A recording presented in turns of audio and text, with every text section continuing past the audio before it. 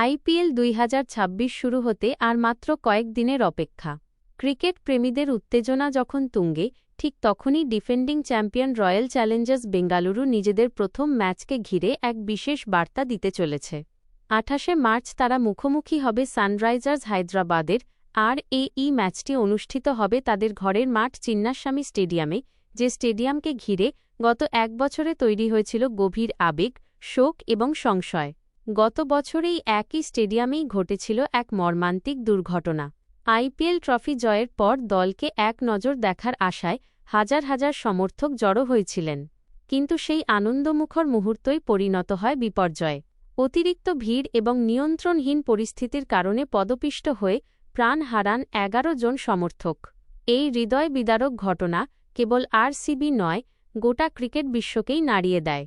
দীর্ঘদিন ধরে স্টেডিয়ামটি ছিল নিস্তব্ধ, এবং ভবিষ্যতে এখানে আবার ম্যাচ আয়োজন করা যাবে কি না তা নিয়েও তৈরি হয়েছিল বড় প্রশ্ন।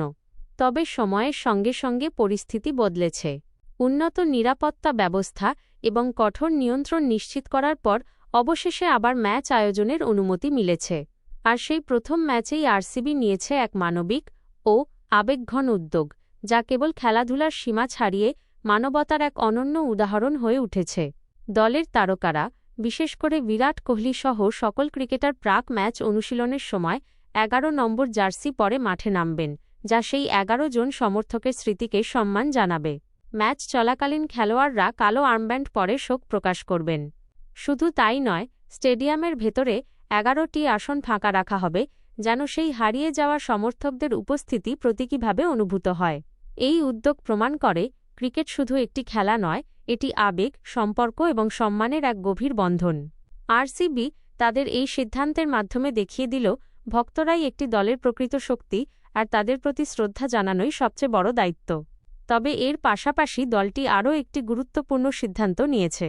এই মৌসুমে ইয়াশ দয়ালকে দলে রাখা হলেও তাকে খেলানো হবে না, কারণ তার বিরুদ্ধে ওঠা গুরুতর অভিযোগ এখনও বিচারাধীন।